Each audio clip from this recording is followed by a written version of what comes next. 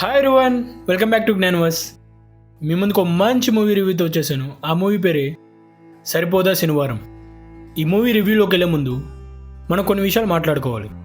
ఆత్రేయ మరియు నాని వీళ్ళ కాంబినేషన్లో ఇంతకుముందు ఒక మూవీ వచ్చింది, అంటే సుందరానికి మూవీ. ఈ మూవీ యాక్చువల్గా బాగానే ఉంటుంది, కొన్ని ఫ్లాస్ వల్ల జనాలకు ఎక్కలేదు, సినిమా ఫ్లాప్ అయింది.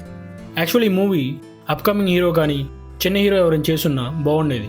అండ్ ఆ ఫ్లాట్ నేరేషన్ కొంచెం రిమూవ్ చేసి ఉంటే ఇంకా బాగుండేది, హిట్ అయి ఉండేది. కాకపోతే అది ఫ్లాప్ అయింది.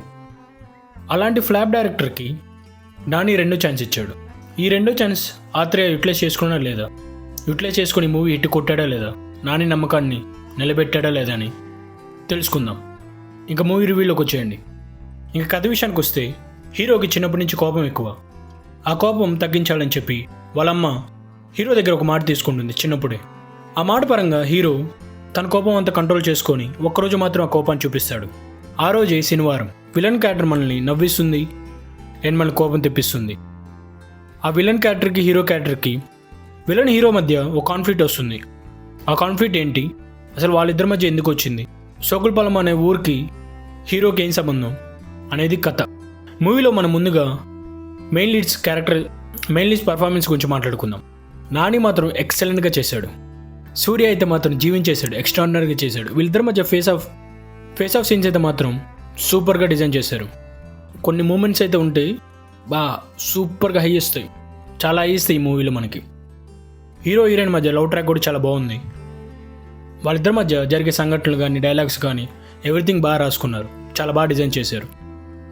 ఎప్పటి నుంచో నేను ఇలాంటి మాస్ ఎలిమెంట్స్తో ఉన్న ఒక పర్ఫెక్ట్ మూవీ చూడాలనుకున్నాను, అది ఈరోజుతో నెరవేరింది. నాకైతే మాత్రం ఈ మూవీ చాలా బాగా నచ్చింది. కాకపోతే కొన్ని ఫ్లాస్ ఉన్నాయి. అది ఎక్కడెక్కడ అంటే, ఫస్ట్ హాఫ్లో కొంచెం ఫ్లాట్ నేరేషన్గా ఉంటుంది అండ్ సెకండ్ హాఫ్లో కూడా కొంచెం స్లో అయినట్టుంది. ఫస్ట్ హాఫ్ అండ్ సెకండ్ హాఫ్లో అక్కడక్కడ స్లో మూమెంట్స్ ఉంటాయి. ఇంటర్వెల్, క్లైమాక్స్, నాని ఎంట్రీ మాత్రం ఎక్సలెంట్. యాక్చువల్ చెప్పాలంటే ఆయన అన్ని మూవీస్లో కన్నా ఈ ఎంట్రీ సీన్ మాత్రం నాకు చాలా బాగా నచ్చింది అయింది. మెయిన్ హైలైట్ ఏంటంటే ఈ మూవీలో బ్యాక్గ్రౌండ్ మ్యూజిక్ ఎక్స్ట్రాడినరీగా ఇచ్చారు. జాక్స్ బ్యాక్గ్రౌండ్ మ్యూజిక్ మాత్రం సూపర్ మైన్ అని చెప్పొచ్చు. ఆత్రేయ మాత్రం ఈసారి బాగా డిజైన్ చేసుకున్నాడు. స్క్రీన్ ప్లే అయితే మాత్రం నాకు అంత కనిపించలేదు, కానీ ఇట్స్ ఓకే.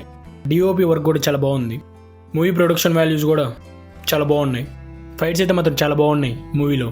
ఈ మూవీకి నేను ఇచ్చే రేటింగ్ 3. ఈ మూవీ మాత్రం అందరూ ఒకసారి చూడండి, ఎందుకంటే ఫస్ట్ అవకాశం ఇచ్చి అది అన్ఫార్చునేట్లీ ఫ్లాప్ అయింది. ఫస్ట్ వీళ్ళిద్దరు కాంబినేషన్లో ఒక మూవీ వచ్చింది, అది అన్ఫార్చునేట్లీ ఫ్లాప్ అయింది. సేమ్ కాంబినేషన్లో కసితో ఈసారి వర్క్ చేశారు. అది మనకి స్క్రీన్ మీద మనం ఈ మూవీ చూసేటప్పుడు వాళ్ళ హార్డ్ వర్క్ స్క్రీన్ మీద కనపడుతుంది. ఈ మూవీ మాత్రం థియేటర్లో అసలు మిస్ అవ్వకండి. ఈ మూవీని మీరు థియేటర్లో ఖచ్చితంగా ఎంజాయ్ చేస్తారు. Thank for watching Gnanaverse. ఇది నా ఛానల్ కాదు, మీ ఛానల్, మీలో ఒకటి channel. Subscribe to Gnanaverse, share and like చేయండి. Stay awesome, explore with Gnanaverse. Bye, take care.